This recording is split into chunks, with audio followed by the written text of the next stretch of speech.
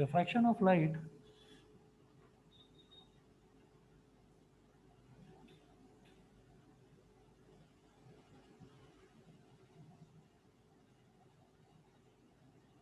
through a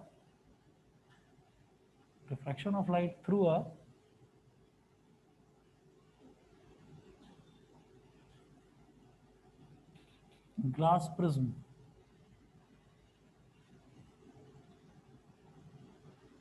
Refraction of light through a glass prism.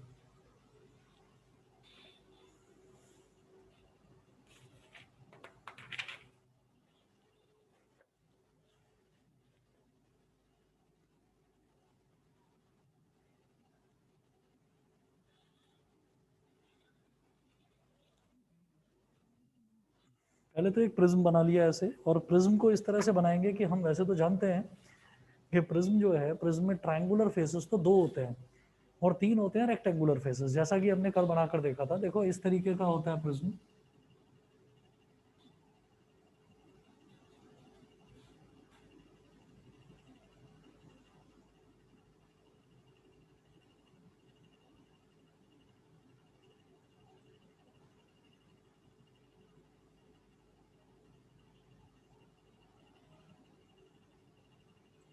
Prism ऐसा होता है। तो इसमें क्या है कि इधर एक रेक्टेंगुलर फेस, पीछे की तरफ एक रेक्टेंगुलर फेस और नीचे एक रेक्टेंगुलर फेस, और आगे एक ट्रायंगल और पीछे एक ट्रायंगल। तो ट्रायंगुलर फेसेस 2 होते हैं। जो रिफ्रैक्शन होता है वो रिफ्रैक्शन उसके रेक्टेंगुलर फेस पर टकराकर होता है। तो आप ये देखिएगा कि अगर इसको मैं फ्रंट से देखूं तो फ्रंट से ये प्रिज्म मुझे ऐसे दिखाई देगा जैसे कि एक ट्रायंगल हो, ठीक है। अब लेफ्ट से एक रे ऑफ लाइट आएगी कुछ इस तरह से,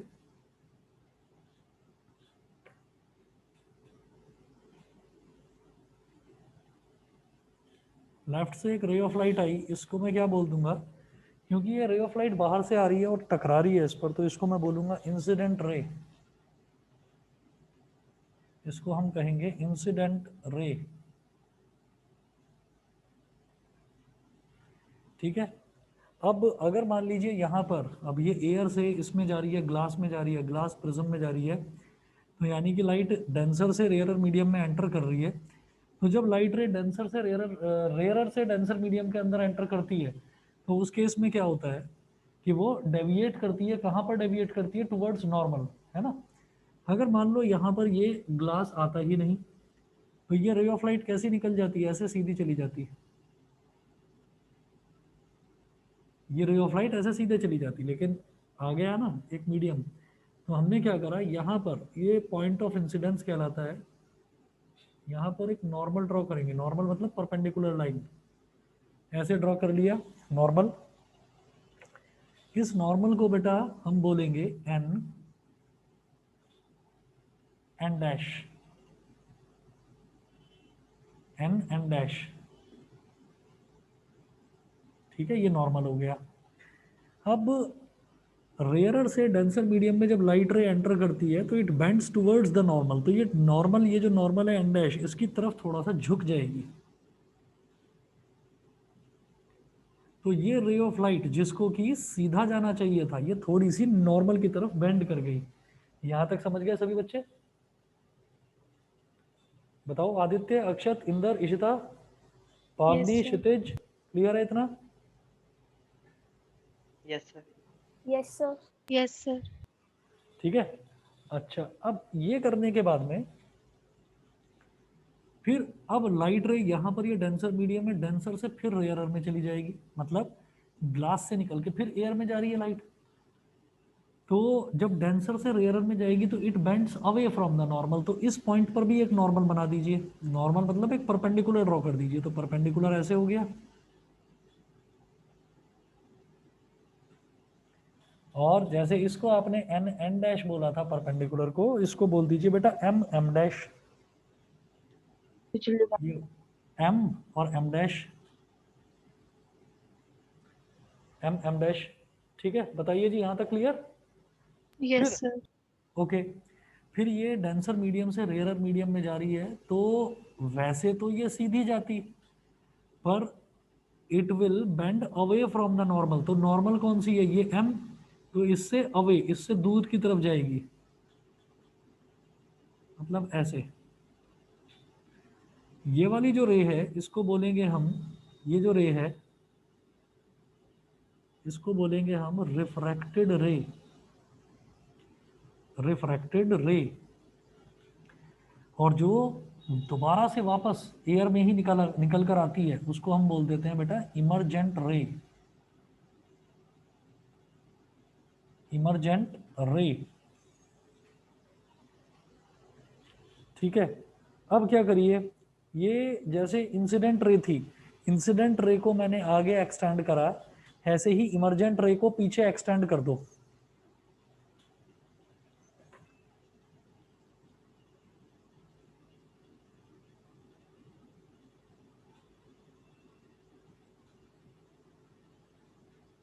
पीछे एक्सटेंड करा तो ये यहाँ पर इंटरसेक्ट कर रही है, तो ये जो बड़ा एंगल बनता है ना, ये वाला एंगल, ये एक्सटेंडेड इंसिडेंट रे और एक्सटेंडेड इमरजेंट रे के बीच में जो ये एंगल बनता है, this angle is called angle of deviation, angle of deviation. बताइए क्लियर है सबको? Yes, sir. यहाँ तक सभी को क्लियर है? तो this is how refraction takes place in a glass prism. इसका डिटेल में आपको जो थ्योरी है वो करने की कोई ज़रूरत नहीं है, सिर्फ और सिर्फ डायग्राम कर लीजिए, सफिशिएंट है ना। इसके अलावा कोई थ्योरेटिकल चीज़ आपसे इसमें डिटेल में पूछी नहीं जाती। एक दो लाइन आपको नोट करवाऊंगा। सक्षम कुछ बोल रहे हो? No sir. ओके, एक दो लाइन इसमें नोट करवाऊंगा।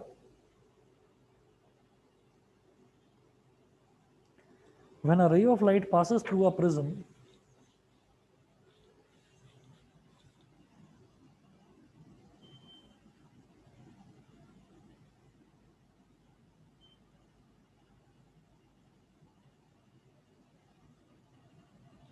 when a ray of light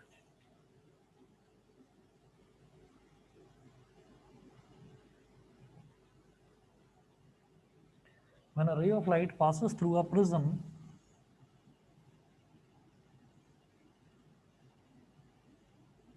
when a ray of light passes through a prism, comma, it bends towards the base of prism.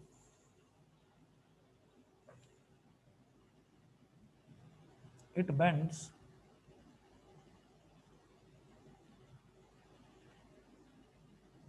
towards the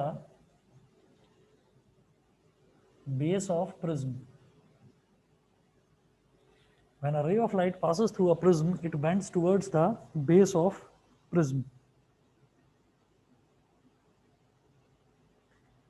और एक पॉइंट और लिख लीजिए, the angle between incident ray and emergent ray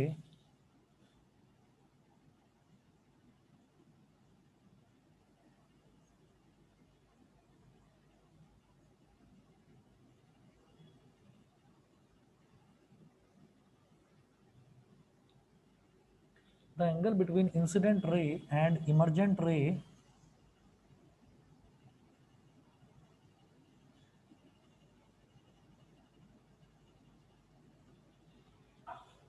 the angle between incident ray and emergent ray is called angle of deviation, is called angle of deviation.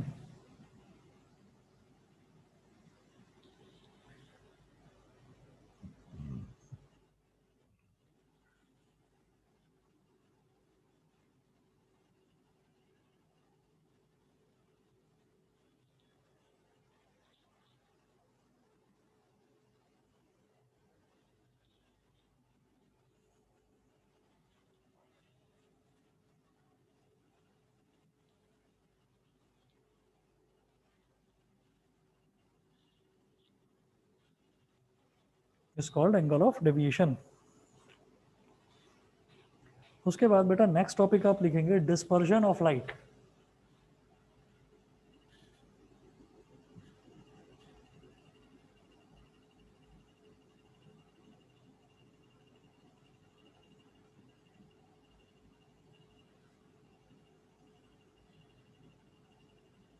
Dispersion of light.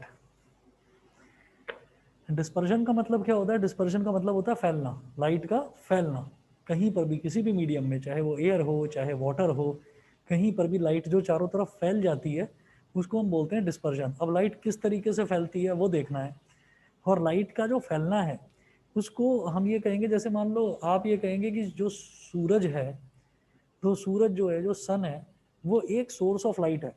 तो वो उसकी खुद की रोशनी होती है, वो जब चमकता है तो वो गोल है, अगर अगर वो गोल है या अगर वो स्फेरिकल है, तो वो एक ही डायरेक्शन में लाइट रे क्यों नहीं देता? वो उसकी जो लाइट रेज है वो चारों डायरेक्शंस में फैल क्यों जाती हैं? उसकी जो लाइट रेज है वो चारों डायरेक्शन में क्यों फैल जाती हैं? हमें ये चीज भी समझनी है, ठीक है। तो इसको समझने से पहले सबसे पहले मुझे ये पता चलना चाहिए कि ये जो डिस्पर्जन ऑफ लाइट है, यानी कि लाइट का जो फैलना है, ये होता क्या है, ये देखते हैं। हम इसको समझने के लिए हमें किसी भी एक छोटे से इंस्ट्रूमेंट की जरूरत पड़ेगी। तो वो जो इंस्ट्रूमेंट है, उस इंस्ट्रूमेंट को मैंने बोल दिया प्रिज्म। मैंने प्रिज्म बोल दिया कि मैं प्रिज्म की हेल्प से ये दिखाना चाहूँगा कि जो लाइट रे होती है वो लाइट रे फैलती किस तरह से है। तो आप ये कहेंगे डिस्पर्शन ऑफ लाइट में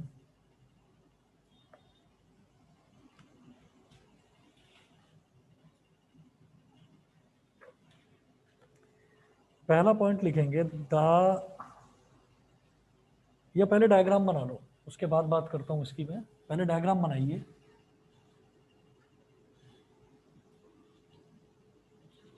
तो डायग्राम में डिस्पर्जन ऑफ लाइट में फिर आपको बड़ा सा प्रिज्म बनाना है एक।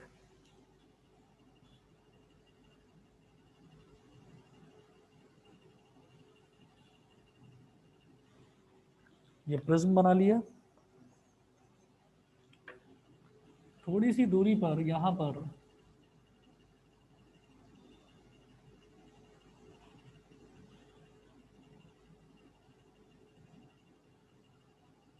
आपने एक स्क्रीन लगा दी व्हाइट कलर की, व्हाइट स्क्रीन।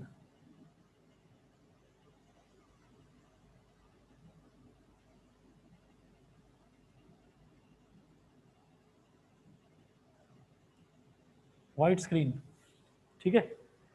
अब क्या करेंगे, यहां से आपने किसी भी सोर्स की हेल्प से a beam of a beam of white light,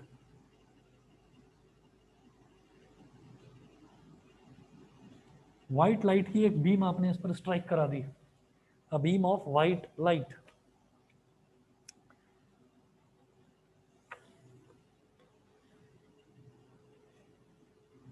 अब एक खास प्रॉपर्टी होती है व्हाइट लाइट की, कि व्हाइट लाइट जो है वो 7 अलग अलग कलर से मिलकर बनी होती है। तो जो व्हाइट लाइट है, व्हाइट लाइट को जब किसी भी इस तरीके के इंस्ट्रूमेंट के थ्रू पास कराया जाता है, जैसे कि प्रिज्म हो गया या रेक्टेंगुलर ग्लास स्लैब हो गया। रेक्टेंगुलर ग्लास स्लैब में हम इस डिस्पर्जन वाले एक्सपेरिमेंट को उतना ज़्यादा क्लियरली देख नहीं पाते, है ना। प्रिज्म में हमको ये बहुत अच्छे से दिखाई दे जाता है। तो जो एक वाइट लाइट मैंने इस पर ड्रॉप करी, वो वाइट लाइट 7 अलग अलग रंगों में डिवाइड हो जाती है, 7 डिफरेंट कलर्स में डिवाइड हो जाती है। कैसे? थोड़ा सा डेविएट करेगी। आप क्या करें, आप 7 अलग अलग रेज बना लें, 7 नहीं बल्कि 8 बना लो। 1 2 3 4 5 6 7 और 8। ये 8 आपने अलग अलग रेज बनाई हैं।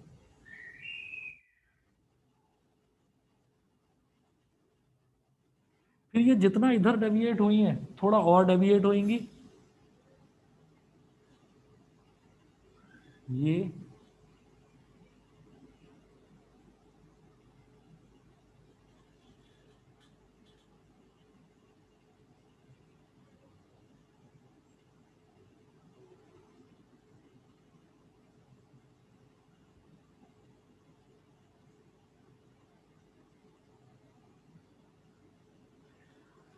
तो ये जो मैंने 8 रेज बनाई हैं, 8 रेज से क्या हो गया कि हमको ना 7 बैंड मिल जाएंगे। आप ये देखिए, एक बैंड ये 1 2 3 4 5 6 7, तो 7 अलग अलग बैंड मिल गए। अब ये जो बैंड्स हैं,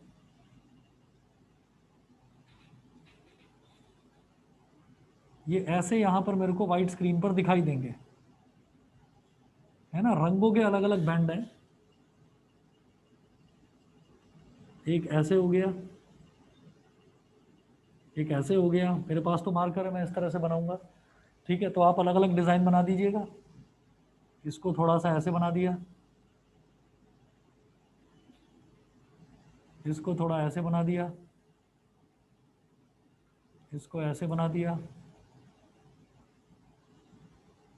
इसको ऐसे डॉट डॉट डॉट डॉट करके दिखा दिया, इसको ऐसे दिखा दिया, इसको ऐसे दिखा दिया। तो ये अलग अलग डिज़ाइन आपने बना दिए। अब इससे होगा क्या, इसको बोलेंगे बेटा वॉयलेट, नहीं, सबसे नीचे वाला होगा वॉयलेट।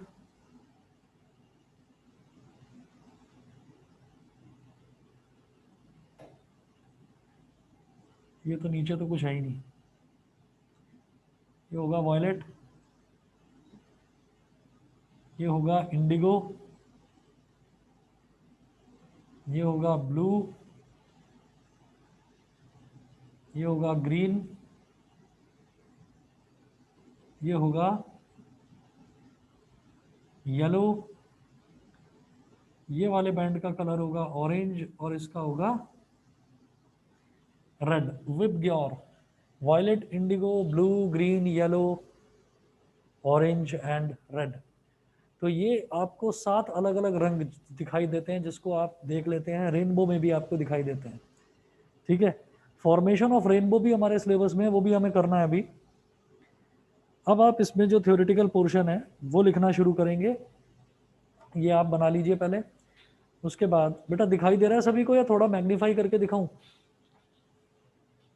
जूम करके दिखाऊं, या सबको दिखाई दे रहा है? सर दिखाई दे रहा है। ठीक है, तो नोट करिएगा, the band of 7 colours formed on a white screen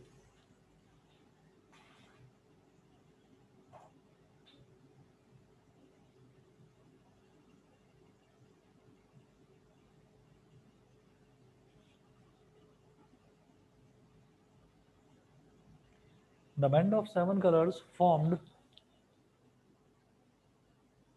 the band of 7 colors formed on a white screen. The band of 7 colors formed on a white screen when a beam of white light is passed through a glass prism. When a beam of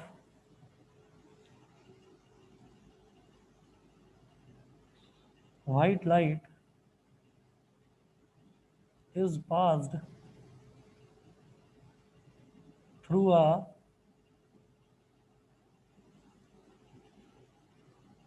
glass prism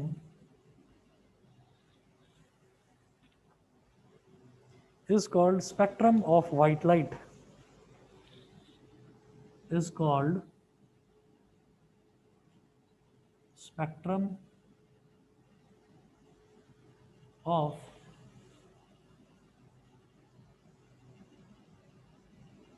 white light.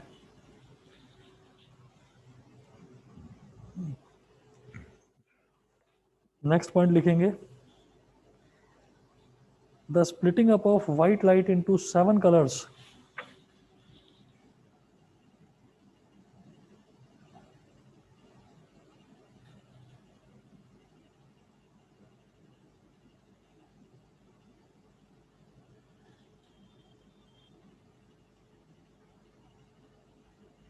the splitting up of white light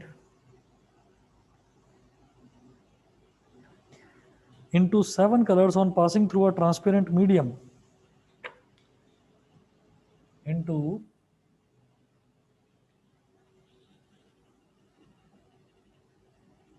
7 colors on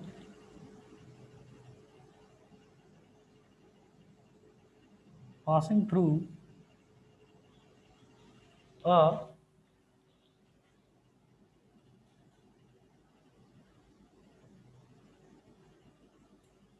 transparent medium. The splitting up of white light into 7 colors on passing through a transparent medium like a glass prism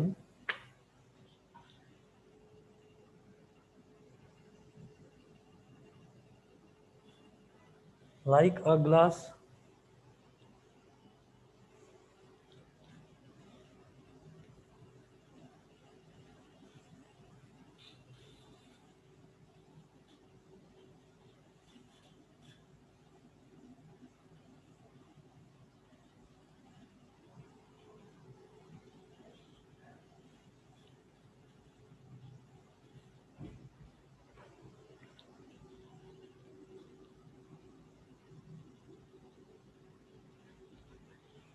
like a glass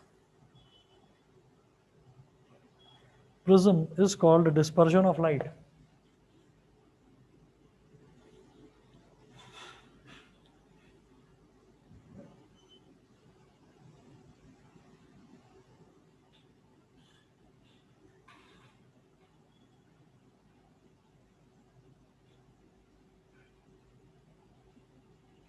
Like a glass prism is called dispersion of light.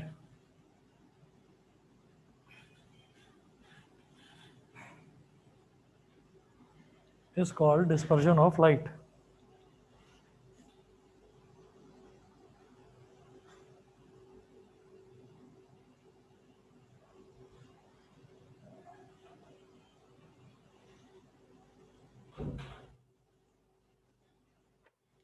अब एक question लिखेंगे,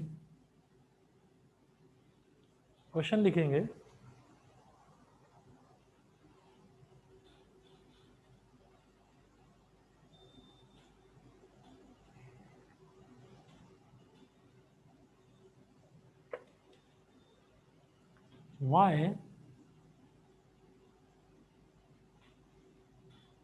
red color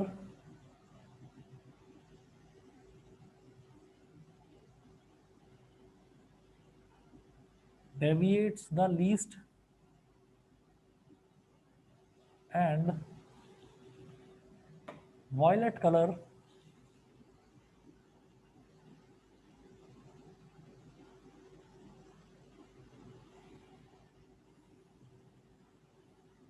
deviates the most.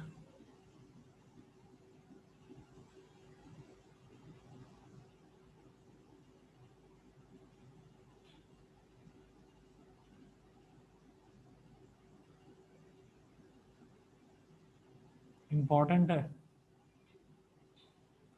Question, important है। यहां पर हमने ये देखा deviation हो रहा है। डेविएशन का मतलब क्या है कि अपने रास्ते से भटक जाना, ठीक है। जाना हमें सीधे था लेकिन हम सीधा नहीं जा रहे हैं, हम कहीं और जा रहे हैं। और डिस्पर्शन का मतलब क्या होता है? फैल जाना।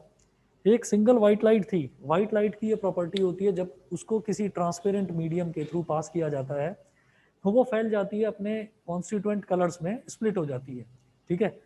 हम ये कहते हैं कि दुनिया की हर चीज़ किसी ना किसी चीज़ से मिलकर बनी है। जैसे हमने कहा कि एटम सबसे छोटा है, तो एटम के अंदर भी सब एटॉमिक पार्टिकल्स होते हैं, इलेक्ट्रॉन्स, प्रोटॉन्स और न्यूट्रॉन्स। इलेक्ट्रॉन, प्रोटॉन, न्यूट्रॉन से बने हैं एटम्स, ठीक है। उसके बाद एटम से मिलकर बने हैं मॉलिक्यूल्स, मॉलिक्यूल्स से मिलकर पूरा का पूरा एलिमेंट बन जाता है, ठीक है। एलिमेंट के मिलने से ionic bond, covalent bond, ionic compound और कोवलेंट कंपाउंड्स बन जाते हैं, ठीक। तो हम ये कहते हैं कि कोई भी चीज़ किसी ना किसी चीज़ से मिलकर बनी है। इसी तरह से ये कहा जाता है कि जो वाइट लाइट है, व्हाइट लाइट 7 अलग अलग रंगों से मिलकर बनी है, ठीक है। जैसे जो हमने ये बोला विबग्योर, तो इनकी भी कुछ ना कुछ क्वांटिटी होती है। जैसे मान लीजिए वॉयलेट की थोड़ी बहुत क्वांटिटी ली हमने, वॉयलेट कलर की थोड़ी क्वांटिटी में इंडिगो कलर लिया, थोड़ी क्वांटिटी में blue colour, green, yellow, orange और रेड। इसको आपने पर्टिकुलर क्वांटिटी में मिक्स कर दिया तो आप ये देखेंगे फिर कोई एक पर्टिकुलर कलर नहीं रहेगा, फिर वो पूरी तरह से वाइट कलर में कन्वर्ट हो जाएगा। ठीक है, ऐसे ही जब ब्राउन कलर में रेड कलर को मिक्स करा जाता है तो जो ब्राउन में ब्लैक को मिक्स कर देते हैं तो रेड बन जाता है। ठीक है, तो ऐसे ही कॉम्बिनेशंस होते हैं कुछ कलर्स के, ये कलर्स को मिक्स करने पर नया कलर एक बन जाता है। तो देखिएगा वही है कि ये जो 7 रंग हैं इनको जब मिक्स कर देते हैं तो व्हाइट कलर बन जाता है। अब इसी तरीके से यहाँ पर हमने ये कहा कि व्हाइट कलर की ये प्रॉपर्टी होती है कि जब उसको किसी ट्रांसपेरेंट मीडियम के थ्रू पास करते हैं तो वो 7 डिफरेंट डिफरेंट अपने कलर्स से जिनसे मिलकर वो बना है वो उसमें स्प्लिट हो जाता है, और एक सामने एक वाइट स्क्रीन हमने लगा दी, यानी कि बिल्कुल साफ स्क्रीन है, तो उस साफ स्क्रीन पर ये अलग अलग अलग अलग बैंड हमको दिखाई दे जाते हैं।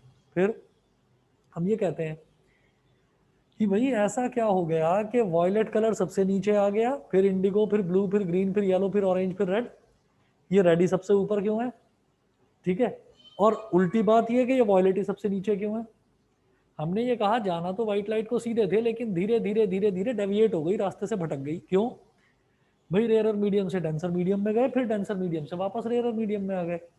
रेयरर से डेंसर में जाते हैं तो टुवर्ड्स द नॉर्मल बैंड हो जाती है, और डेंसर से रेयरर में आती है तो अवे फ्रॉम द नॉर्मल हो जाती है। तो वही दोनों फंडों को मिक्स करते हुए हमने ये कह दिया कि भाई डेविएशन तो होता है, लेकिन वॉयलेट का सबसे ज़्यादा और रेड का सबसे कम क्यों?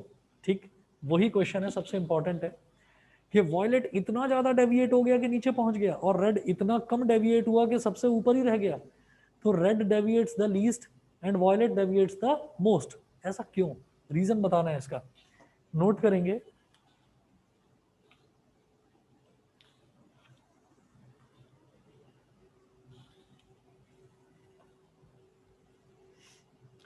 इसमें देखिएगा,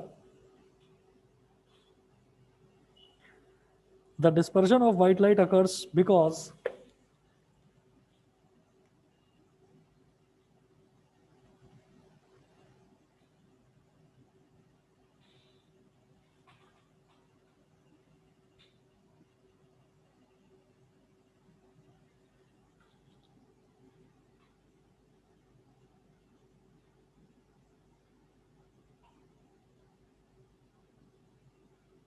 the dispersion of white light occurs because colors of white light because colors of white light travel at different speeds.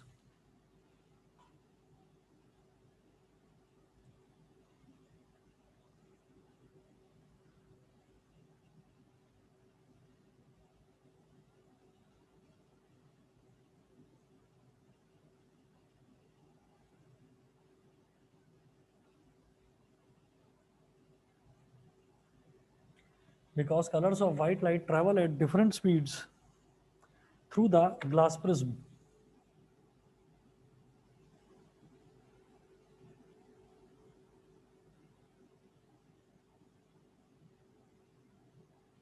Through the glass prism. So, when white light consisting of 7 colors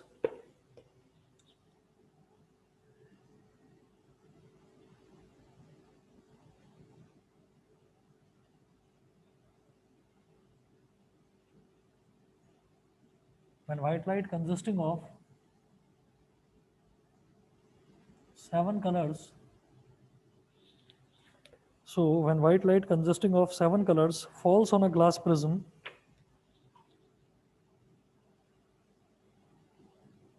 falls on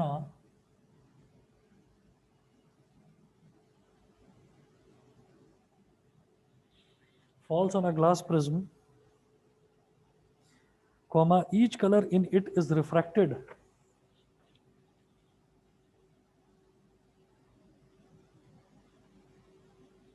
each color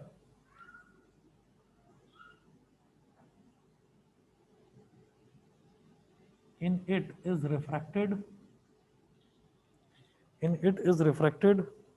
or deviated by a different angle.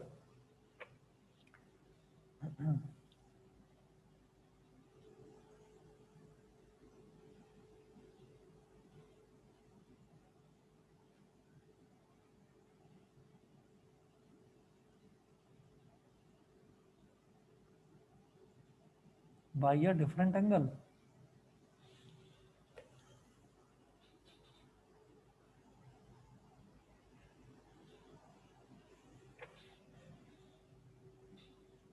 अगला point,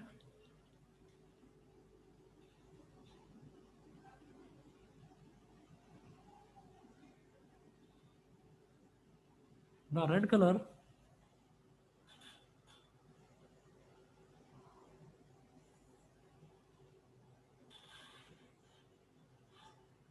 colour has maximum wavelength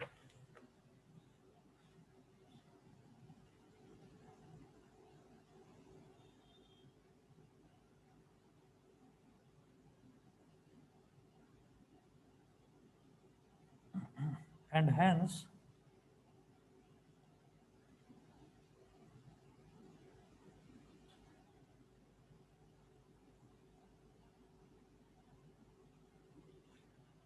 the red color has maximum wavelength and hence maximum speed in glass prism.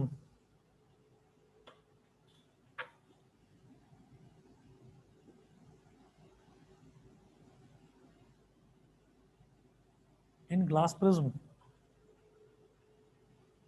So the red color is deviated the least.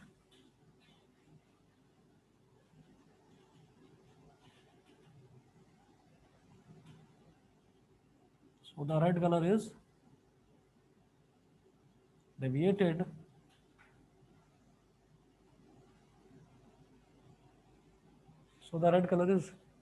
deviated the least.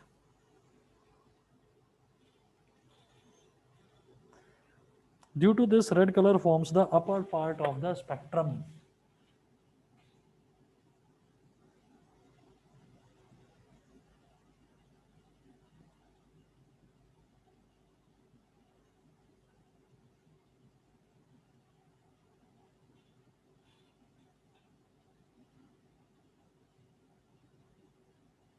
Due to this, red color forms the upper part of the spectrum.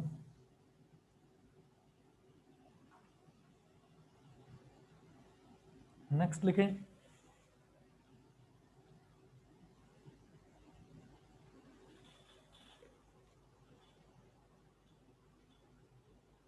the violet color has the minimum wavelength and hence minimum speed.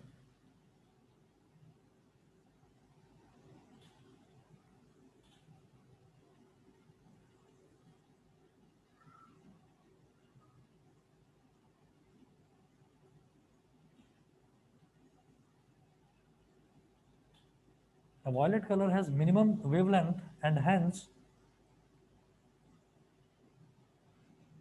minimum speed.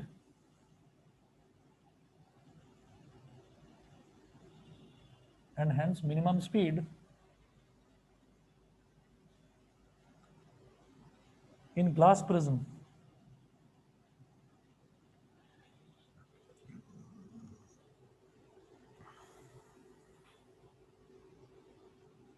Minimum speed in glass prism. So violet color is deviated maximum.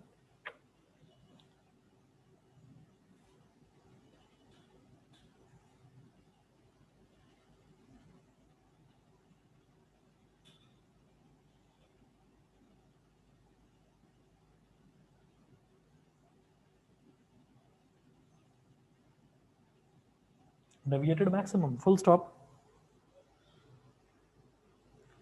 Due to this, violet color appears at the bottom of the spectrum.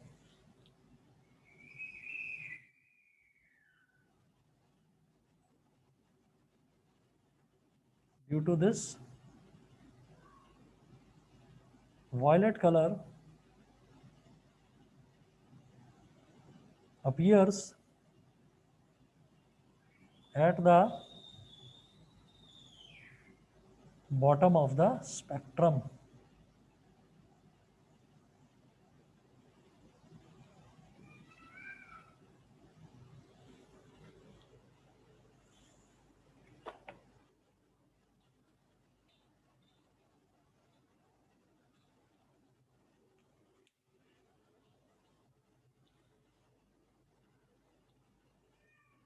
इतना note करिए, फिर समझाता हूं क्या चीज है ये।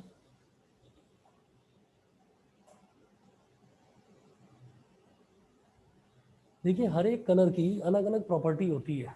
जैसे मान लीजिए हमने कहा कि वाइट लाइट जो है, वाइट लाइट अलग अलग 7 रंगों से मिलकर बनी है। अब इनमें जितने भी रंग है ना, जितने भी कलर हैं, इन सबकी अलग अलग प्रॉपर्टी होती है। जैसे रेड जो है, रेड की वेवलेंथ सबसे ज़्यादा होती है, ठीक है। आप वैसे भी देखेंगे कि अगर बहुत सारे कलर्स की गाड़ियां खड़ी हुई हैं तो आपकी जो नज़र है वो रेड पर ज़्यादा रुकेगी एकदम से। ऐसा क्यों होता है? एकदम से रेड जो है वो एकदम से आंखों में एकदम लगता है कि रेड पर आपको अलग ही आपको दिखाई दे जाएगा, रेड को अलग से आइडेंटिफाई करने की ज़्यादा ज़रूरत पड़ती नहीं है, ठीक है। उसका एक रीज़न है, हर एक कलर की अलग अलग एक वेवलेंथ होती है। वेवलेंथ का मतलब क्या है कि जो रंग है ना, वो रंग जिस तरीके से, जो कलर है वो जिस तरह से एटमॉस्फेयर में ट्रेवल करता है, तो एटमॉस्फेयर में ट्रेवल करने का भी एक तरीका होता है। वो कैसे ट्रेवल करेगा? आप ये देखिएगा कि रेड कलर की वेवलेंथ सबसे ज्यादा होती है। वेवलेंथ का मतलब क्या है? देखो, अगर आप लोगों को ध्यान हो तो वेव ऐसे होती है कुछ, ट्रांसवर्स वेव और लॉन्गिट्यूडनल वेव। आप लोगों को ध्यान बिल्कुल नहीं होगा क्योंकि 9th क्लास में लास्ट ईयर आप लोगों ने ये पढ़ाई नहीं है। साउंड वाला चैप्टर तो आपके सिलेबस में से हटा दिया था। तो जो वेव होती है ना, वेव की जो लेंथ होती है उसी को वेव लेंथ बोल देते हैं। तो वेव लेंथ क्या है? जैसे मान लीजिए ये एक वेव है यहां से लेकर यहां तक, तो ये जो वेव है, इस वेव की लेंथ को ही हमने वेव लेंथ बोल दिया। तो wave length is a length, length is what? Distance, ठीक है। और अगर मैं स्पीड की बात करता हूं तो स्पीड क्या होता है? Is equal to distance upon time. इसका मतलब speed is directly proportional to distance. इसका मतलब ये है कि जिस कलर की वेवलेंथ सबसे ज्यादा, उसकी स्पीड सबसे ज्यादा। मेरी बात सबको समझ में आ रही है? Yes, sir. ठीक है, तो रेड का जो है, रेड की वेवलेंथ सबसे ज्यादा है इसमें। The red colour has maximum wavelength and hence maximum speed in glass prism.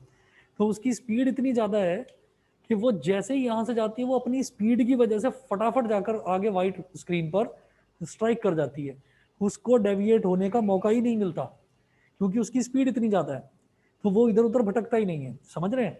कोई भी चीज है, अगर वो बड़ी तेजी से जाए, अगर वो बड़ी तेजी से जाए, मान लो हमने ऊपर से एक पत्थर लिया और हमने 7वीं 8वीं या 10वीं मंजिल से उस पत्थर को नीचे फेंक दिया बड़ी स्पीड से, तो उसकी स्पीड बहुत ज्यादा है, वो सीधा स्ट्रेट लाइन पाथ फॉलो करेगा और वो गिर जाएगा नीचे जाकर।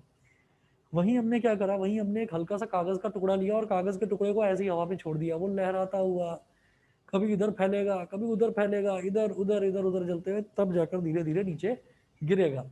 तो उसका डेविएशन क्या है? उसका फैलाव कितना है? बहुत ज्यादा है, ठीक है। क्यों? क्योंकि उसकी स्पीड कम है। जिसकी स्पीड ज्यादा है, रेड की स्पीड ज्यादा है, तो रेड एकदम से जल्दी से जाकर यहाँ पर स्ट्राइक कर जाएगा। इसका मतलब जिसकी स्पीड ज्यादा है उसका डेविएशन सबसे कम होगा। तो इसीलिए रेड का डेविएशन सबसे कम होता है, इसीलिए red appears on the top of this spectrum. समझ गए? फिर बात करते हैं हम वॉयलेट की। तो वॉयलेट का क्या होता है? वॉयलेट की प्रॉपर्टी ये है कि वॉयलेट की वेवलेंथ सबसे कम होती है।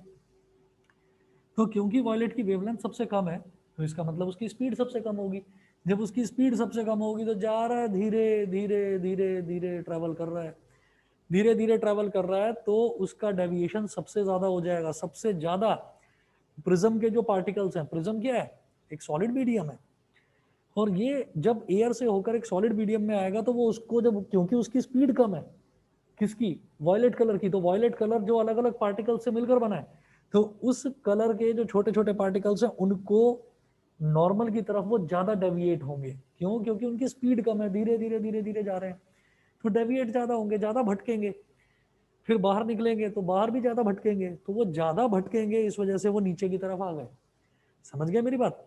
तो जिसकी स्पीड जितनी ज्यादा है उसको डेविएट होने का मौका ही नहीं मिला, वो सीधा जाकर यहाँ व्हाइट स्क्रीन पर स्ट्राइक करेगी। और जिसकी स्पीड सबसे ज्यादा कम है वो डेविएट होता जाएगा और होते होते बिल्कुल नीचे जाकर वो मिलेगा।